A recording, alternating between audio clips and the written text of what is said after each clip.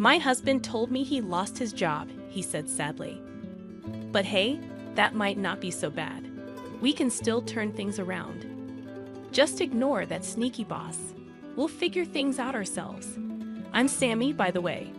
The other day, I said yes, yes when the microwave beeped, and my daughter looked at me funny, saying, "Mom's talking to the microwave." It felt weird being caught off guard like that. But with gadgets like Alexa and Siri, talking to machines isn't unusual anymore. It was embarrassing because I didn't even realize I was doing it. But hey, compared to some of the really embarrassing moments I've had in the past, talking to the microwave isn't such a big deal. This happened about 15 years ago when I was working at a small but prestigious company. The company was known for its expertise in specialized tasks, like creating programs to keep computer systems safe. It had a good reputation with big companies, and its performance was solid. Back then, the internet wasn't as common as it is now, so there was a lot of potential for growth, especially in areas like security. People expected the company to keep doing well. During this time, I met Simon, who is now my husband. He was a colleague, and we eventually got married. But even before we tied the knot, I had to deal with unwanted attention from the company's president. I've always been seen as attractive, even from a young age, and I often got noticed by photographers for magazines when I was out and about. Unfortunately, that also meant I attracted the wrong kind of attention from some men, including the president. Because of that, I've never really liked my own looks. Even a simple good morning from me would be exaggerated by the president, who would say things like, "You're such a good girl," always greeting me with a smile. He'd brag about it to others in the company. The president was 48 years old at the time, bald, with what little hair he had left slicked down on his forehead. But he seemed content with his appearance and didn't seem bothered about fixing it. He wasn't very nice, and he treated employees he didn't like with arrogance, while being friendly to those who were useful to the company or those he found attractive. He had a bossy way about him, which created divisions among the staff. Whether it was good or bad, his behavior made me feel uncomfortable. But since he was my boss, I had to find a way to get along with him. Dealing with a man who wrongly believed I was dependent on him because I reported to him for work was tricky. I tried to avoid getting too close to him to avoid any misunderstandings. However, when I announced my marriage to my husband, the president began persistently asking me out for meals. Even though we kept our relationship at work secret, people who knew about us knew. But the fact that the president increased his invitations at this time showed he hadn't realized I was married until then. It was just things like feeling his eyes on me or hearing from others that he liked me. I initially tried to handle it gracefully, but it became a problem when his invitations got more intense. He suggested going to fancy restaurants, drinking expensive wine he bought, and even going to bars with private rooms. He kept asking when I would go out with him alone, making things awkward and uncomfortable for me. Even after I kept saying no to his invitations, the president didn't stop. He thought I was playing hard to get and teasing him on purpose, calling me names like Little Devil. His invitations were so obvious, he just wanted to get me drunk and take advantage of me in private. It was clear it had nothing to do with work. If he suggested going to a busy park near a police station and asked me to drink water while licking salt, which I hated, I might have considered it as a work obligation, but ultimately, I wouldn't have gone. One day, I couldn't take it anymore. I told him straight out to leave me alone because it was bothering me. I had avoided saying this before because I didn't want him to realize I knew about his interest in me, which would complicate things even more. But that day, I was too stressed, and my true feelings slipped out. As expected, the president just laughed and tried to touch me. He said I knew all along and was teasing him on purpose. His touch made my skin crawl, and without thinking, I pushed him away and ran off. Originally, my husband was concerned about the president's behavior and suggested I quit my job. But I insisted on staying because I wanted to support my husband, who was the top technician in the company. He's working on a new system that could greatly improve our company's performance. and I wanted to be there to see it through. Switching companies after quitting wouldn't have made sense for me, so despite the uncomfortable situation with the president, I chose to stay. However, it was time to put an end to it. The next day, I handed in my resignation letter, addressing it to the president. I had already discussed everything with my husband the night before, and he strongly encouraged me to resign. So with determination, I confronted the president, but he didn't accept it. Instead, he tried to convince me to stay by offering higher pay and a better position. He even made weird suggestions like promoting me to be the president's wife, which made me uneasy. I told him I was married and tired of his advances, but he seemed to twist my words, implying that I secretly loved him. It was frustrating. I never saw him that way. I thought maybe he felt threatened by my husband and was trying to keep me close, but that conversation just made me more determined to leave. The president accepted my resignation, saying I shouldn't have to work as just an ordinary employee when I'm going to be the future president's wife. He took my letter and left the office. It was clear he didn't understand anything. Blaming my husband made no sense. But wait, isn't this unexpectedly lucky for both me and my husband? Just married, and now I'm out of a job. When my husband asked what was wrong, I smiled and said, "Well then, congratulations."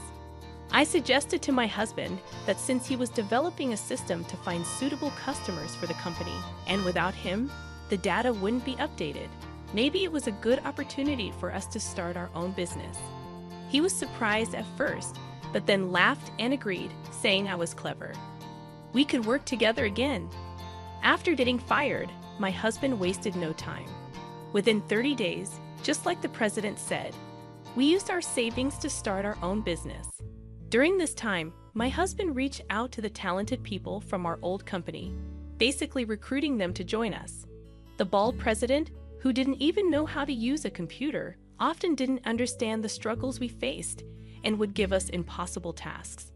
So when my husband asked them to join our company where they'd be understood and valued, almost everyone agreed, except for the higher-ups the president favored. If I had stayed at the old company, I might have been stuck there too. Following my husband's lead, he developed a new and improved version of the system he'd been working on before.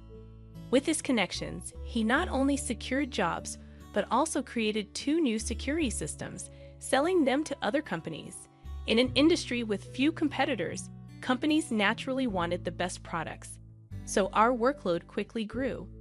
Within 4 years, our company became the best in the business. Everyone at our company was thrilled with our success. Then, out of nowhere, the president showed up at our office one day. Reluctantly, my husband led him to his workspace, which also served as the president's office. Worried, I went along too. My husband asked the president what he wanted, and the president immediately bowed and apologized with tears in his eyes. He said he'd been watching us for the past few years and realized that I really didn't like him. He genuinely regretted his actions. The president explained that the previous company was in financial trouble, short-staffed, and making employees work long hours without paying them properly for overtime. At this point, I didn't really care about getting an apology. My husband is making more money now than he did at the old company, and he's increased the salaries of our employees. We're happy with where we are now, so the president's apology didn't matter to me. It felt like a waste of time. When my husband asked if the president had anything else to say, the president got off the sofa, sat on the floor, and begged. He pleaded for my husband to come back to the old company, saying that with him there, things would improve.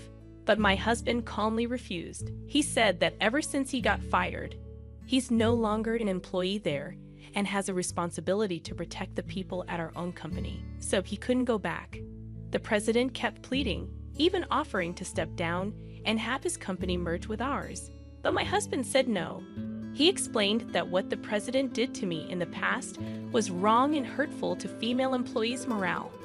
Nowadays, overworking is criticized, and actions like the president's are considered unacceptable. Back then, it might have been seen differently, but now it's clear it was wrong. He mentioned how victims were often silenced or blamed, and he couldn't forgive the president for what he did. the situation with overtime was different. Until then, it was common for companies to ignore labor laws and make employees work long hours. But as laws changed and people started seeing long hours as harmful, the president's actions could have serious consequences if reported. At first, he begged not to resign, but he eventually realized he couldn't stay as the head of the company. The president stepped down, and my husband took over, merging his company with ours. All the employees came with us, and we sorted out the unpaid overtime. Since our company was doing well, it was a relief. The president's company didn't pay much for overtime anyway, so the amount owed wasn't huge. We came out on top. When you suggested starting a business after I lost my job, I never imagined we'd grow so much that we'd surpass the president's company. I'd always believed in your abilities. Really? Or are you just trying to boost my ego? I teased my husband. No way. You caught me, he replied with a smile. As we talked about our journey as a couple, I felt genuinely relieved that everything had worked out so well. Later, it came out that someone leaked the conversations for the president's office, including his embarrassing actions towards me. This, along with the issue of unpaid overtime, made it to the local newspapers. It didn't make it to TV news because it's a small company, but more people read local papers than watch TV or read famous magazines. The president became a laughingstock in the community, and kids started playing a game called Playing President, where they pretended to flirt with a reluctant girl. It was embarrassing for him, and if he saw it, he'd probably feel even worse. He was divorced and had a teenage daughter. When she heard about the game, she seemed upset and ran home. Having a creepy father must be tough for a sensitive girl like her. It's like he's facing consequences for his own actions. Now, the president lost his company and his daughter, and he can't get a good job because he doesn't know how to use a computer. He's working as an office worker in a local factory, but he struggles with basic tasks. He's even serving tea to the female president there. It's quite a fall from his previous position. He used to order female tea servers around, but now he's the one serving tea. He probably never imagined he'd end up like this. The employees who joined our company from the president's old one find his downfall pretty amusing. They're not feeling sorry for him at all. Meanwhile, my husband and I have been blessed with 2 children. Our daughter is quite the chatterbox and loves teasing me when I get distracted during phone calls or talk to the microwave. She's cheeky but adorable. Our son, who's a year younger, seems to have a knack for computers like his dad. Even at his young age, he's already dabbling in creating small programs. So we think he has a bright future ahead of him. It would be great if he eventually took over the company, but right now, he's more interested in being a YouTuber, working for Uber Eats, or delivering pizzas. Wait, son, aren't there any other options? I often ask him. Despite the chaos of parenting, we cherish our happy family moments every day. So, how did you like our story? Don't forget to subscribe to our channel for more updates. See you in the next video. Hey Mary, sorry to bug you at work. What's up? I couldn't catch you yesterday because you were pretty elusive, so I thought I'd track you down. Nicole pointed you out to me. You probably already know, but I'm seeing John. I'm Mary, 35, a nurse at the biggest hospital around. Mom of 2 boys, ages 3 and 5, and John's my hubby. He's 5 years my senior and works as a doc at a nearby clinic. He used to be at the hospital, but with the kids, he switched to a clinic with no night shifts. I could easily lay off work with John's job, but house chores don't quite suit me, so here I am juggling nursing and parenting. Crazy, right? Up early, sorting lunches, breakfast, laundry, dropping kids off, and then off to work. But hey, I prefer it this way. John, on the flip side, strolls into the clinic at 9, so he's a late riser. By the time he's up, we're out the door. He wraps up his clinic duties and heads home around 9 in the evening. By then, I'm beat, having handled dinners, baths, bedtime routines, you name it. But I still manage to whip up dinner for John. Not that I mind really. He's not much help around the house, but it's better that way. If he tried, I'd probably redo everything. Thanks for dinner, Mary. It was delicious as always. He always says that, and it warms my heart. How about a trip to the zoo this Sunday? Sounds fantastic. The kids will be thrilled. On his days off, he takes them out, being the cool dad. At the zoo last Sunday, the kids were ecstatic, running around like mad. Seeing them happy makes me happy. That's what it's all about, right? Here you go, Mary. Huh? He hands me a cute cell phone charm with a blue penguin on it. It matches the one on his phone. Then he shows me his phone, and there it is, the matching charm. I blushed a bit, feeling like we were back in high school, but it warmed my heart nonetheless. Thanks. It's a tad embarrassing, but I'm happy, I replied. You know, penguins are pretty loyal creatures. Some spend their whole lives with the same partner, John remarked, making me chuckle. I couldn't help but think perhaps we'd be like those penguins, sticking together through thick and thin, but who knows what the future holds. One day, I managed to leave work on time and rushed out of the hospital's bike parking lot, headed for the daycare. Are you Mary? An unfamiliar young woman approached me. Yes, that's me, I confirmed, curious. She introduced herself as Nicole, expressing her gratitude for John's support. Her sudden appearance caught me off guard. She was strikingly beautiful with long hair, not someone I knew well. Are you here for a checkup today? I asked, puzzled. No, just passing by. Sorry if I startled you, Nicole explained before leaving. Her presence left me uneasy. What could she possibly want in the bike parking lot, meant only for hospital staff? That evening, I asked John about Nicole's visit.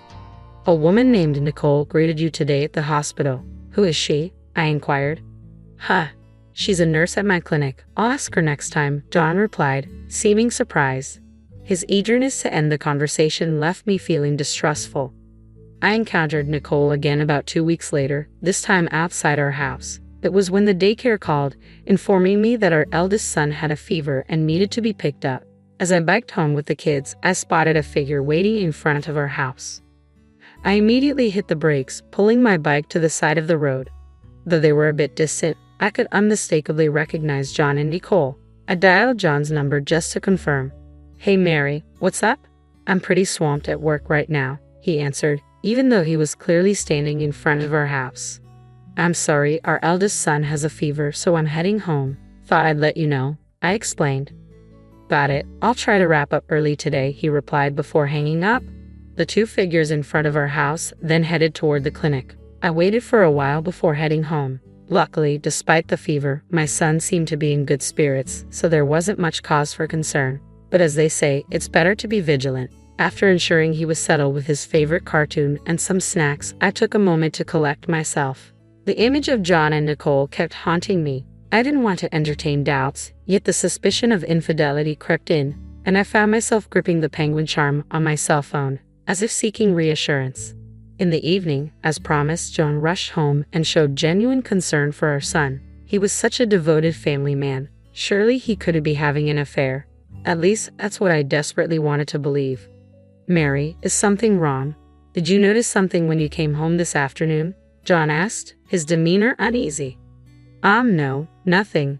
It just seemed like the chair was in a different position, I replied, feeling my suspicions growing stronger in the face of John's evident discomfort. I thought maybe you came home for lunch. No, I didn't come home. Maybe it's just your imagination, John chuckled, quickly diverting his attention to the newspaper. Just my imagination, huh? I let it slide for the moment but went to bed with an uneasy feeling, our conversation lingering in the air. The next day, our son's fever had subsided, so I dropped him off at daycare and returned to work. While busy at my job, the head nurse informed me of a visitor. Wondering who it could be, I headed to the designated lobby and found Nicole waiting there. Hello, Mary. Sorry for interrupting you at work, she greeted me. What can I do for you? I saw you hiding yesterday and thought I should say hi, so here I am, Nicole explained. I noticed her change in tone from our first meeting, now irritatingly flirtatious. Despite clearly being over 20, the way she spoke in public was rather off-putting. John doesn't like older women like you. He said he prefers young girls like me, so I was thinking it's probably best if you step aside. You get what I'm saying, right? Not really, I replied, puzzled. John and I are dating. You get it now. Look, here's the evidence, Nicole declared, opening her smartphone to show me a picture of them together in a hotel room, both wearing robes and looking content. Was his recent business trip a lie? Seeing my stern expression, Nicole smirked with satisfaction. Now you get it, right? Hurry up and get a divorce, old lady. Having said what she came to say, she cheerfully left the hospital, seemingly content with herself. I felt as though a decision was being pushed upon me, yet I had already resolved myself to it. There was no room for doubt. It was merely a matter of the moment arriving sooner than expected. Taking swift action, I informed the head nurse that I was feeling unwell and left work early, also requesting leave for the following day. Though she seemed puzzled by my sudden uplifted spirits, I managed to secure her approval and promptly headed towards my destination. The confrontation was set for tomorrow. The next day, I found myself seated in the director's office of the clinic where John worked, with my father, who also happened to be the director, sitting across from me. He scrutinized the photos and documents I had laid out on the desk, his expression grave. Yes, from the moment I first met Nicole, I had enlisted the services of a detective agency to investigate John's infidelity, aiming to dispel the unease I had been feeling. Fortunately, I had the means to do so. Regardless of the outcome, I viewed it as an investment in securing a positive future for my family and had commissioned a month-long investigation. Despite Nicole's limited contact, the evidence gathered over the past 2 weeks was damning. It revealed that she had accompanied John on his recent business trip, sharing the same room. Furthermore, even in their daily lives, they spent considerable time together. They had been meeting almost every day during the breaks between John's consultations, even at our own home. My father's expression soured, but he lifted his gaze with a determined look. "Mary, what do you want to do? Consider the children and weigh your decision carefully," he urged. "I'm filing for divorce," I replied resolutely. I empathized with my father's plight, but my resolve remained unshaken. As I delivered my decision, he sighed, asking for a moment before dialing John's extension on the internal phone. After a brief interval, John, oblivious to the situation, entered with a smile upon seeing me. "Mary, you're here. Are you off work today?" His smile faded as he noticed the spread of photos on the table, his face draining of color with each passing second. What is this?" he stammered, his eyes fixed on the incriminating evidence before him. "John, you've been having an affair with Nicole. With this much evidence, denial isn't an option. We're getting a divorce?" I stated firmly. "A divorce? Why? This was just a fling. What I value is you and our family," John protested, his voice tinged with desperation. "Nicole came to disrupt my work, claiming you weren't interested in older women like me," I countered. "That's not true. You're beautiful and you're not old," John interjected, bewildered. My father promptly called for Nicole, startling her. "Doctor, you called for me." Nicole entered, visibly pleased to be personally summoned by the director, though her expression faltered upon noticing the tense atmosphere. "Nicole, could you explain these pictures?" my father inquired, gesturing towards the evidence on the table. Nicole's brows furrowed momentarily before she composed herself, wearing a smug smirk. "I apologize, doctor. John and I are dating. Of course, I know about Mary, but I could support him as a housewife. This way, he can concentrate on his work and be a devoted father," Nicole declared confidently, seemingly mistaking my father for John's own. John, visibly shaken, appeared at a loss for words while my father turned to me with a solemn inquiry. "Mary, have you decided to break up with John? I'll ensure you're compensated and will take good care of the children, so please don't worry." I couldn't help but chuckle at Nicole's dramatic speech, though she didn't seem amused. Instead, she appeared slightly irritated. "It's not severance pay, it's alimony. And since I'll be the one raising the kids, I'll need child support from John," I clarified matter-of-factly. "Well, that can't be helped, but I'm glad you agreed to the divorce. Now I can be with John," Nicole continued, seemingly on a roll. "Stop it," John muttered under his breath, but Nicole, caught up in her momentum, didn't seem to hear him. "Well then, as soon as you're ready, could you leave the house?" Nicole's words were abruptly halted as John grabbed her shoulder to silence her. Her surprised gaze met his, and John spoke up. "Nicole, I'm sorry. It was just a fling. My family is important to me, and I can't be with you," he confessed, causing color to drain from Nicole's face. "Why? You told me you were divorcing her to marry me. You said you'd make me the wife of the future director, and I believed you. I don't understand," Nicole protested, her confusion evident. You told me you're not into older women like her. You said how lonely you are with her, always at work and not at home," she continued, her tone pleading. It felt like I was witnessing a messy breakup unfolding before my eyes, and my impatience began to grow. "That's enough.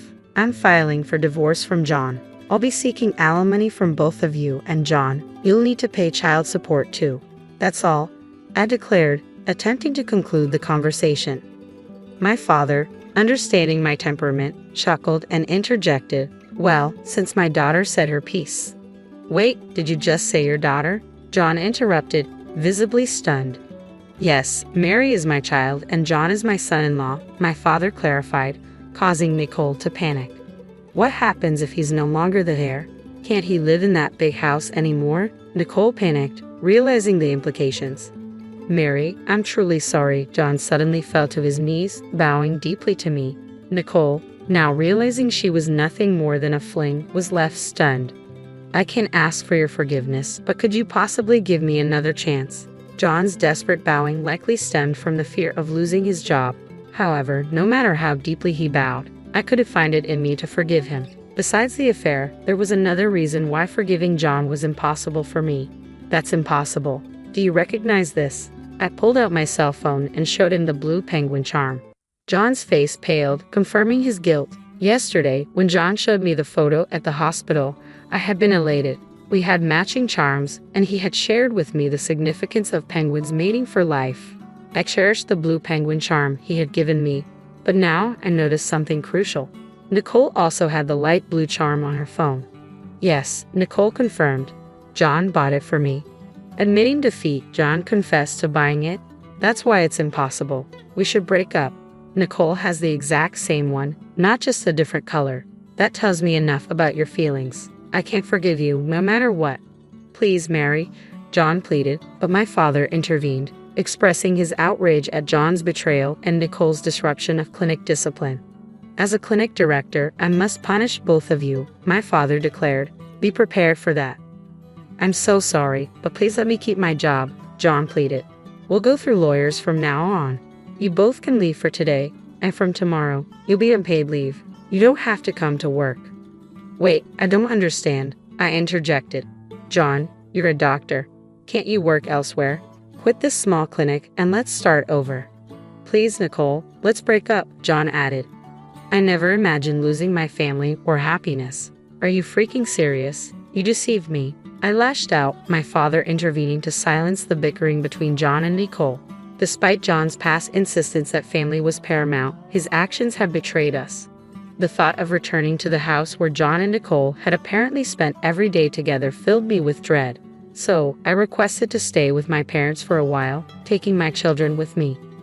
Arriving at their house, a sense of relief washed over me. Exhaustion consumed me, and I fell into a deep sleep, only to awaken in pitch darkness. Startled, I checked the clock, realizing it was midnight. My cell phone was illuminated with numerous missed calls and text messages from John. I couldn't bear to hear his voice, so I read through his apologies and excuses for the affair. Among them, I found a plea for my father's intervention, claiming remorse. A cynical laugh escaped me. It seemed John's remorse was more about securing his position at the clinic. Fury and pity overwhelmed me, leading me to forcefully tear off the penguin charm from my cell phone and discard it. A wave of sadness engulfed me, tears flowing freely even in the dead of night. My mother, awakened by my sobs, offered her comforting presence, staying by my side throughout the night. Family's warmth enveloped me, and as I yearned to build a family like this, my tears continued to flow. The next morning, I awoke feeling lighter. Though my mother expressed concern, I've always been one to bounce back quickly. I had completely cut off all emotional ties with John. That very day, I met with a lawyer introduced by my father and swiftly arranged for alimony and child support. I left the rest to the lawyer and resumed my daily life. It took longer than expected, but eventually, the lawyer informed me that the divorce was finalized. John had put up a fight, unwilling to let go of both the marriage and the clinic. However, he eventually agreed to a settlement after realizing he had little chance of winning in court. Once the divorce was finalized, Nicole and her parents discovered the news and pressured John into marrying her, citing our child. I had demanded substantial alimony, and John was left with almost no money after paying the lump sum for child support. Nicole was furious at the turn of events, neglecting housework, which led to constant arguments between them. The lawyer kept me informed of these developments. Moreover, although my father now ran a small clinic, he had a vast network from his previous role as a department head at a large hospital. News of John's situation spread quickly in the area, making it challenging for him to find employment as a doctor elsewhere. Whether he would leave town or find a different job was of little concern to me now. My father decided to rent out our former house to someone he knew, respecting my desire not to return there. I resolved to build a new home for my family of 3 with my own finances. Until then, I planned to stay at my parents' house to care for my children. Despite my young age, I jokingly mentioned to my parents that I wondered if there might be someone else out there for me. They laughed, teasing me about my impatience.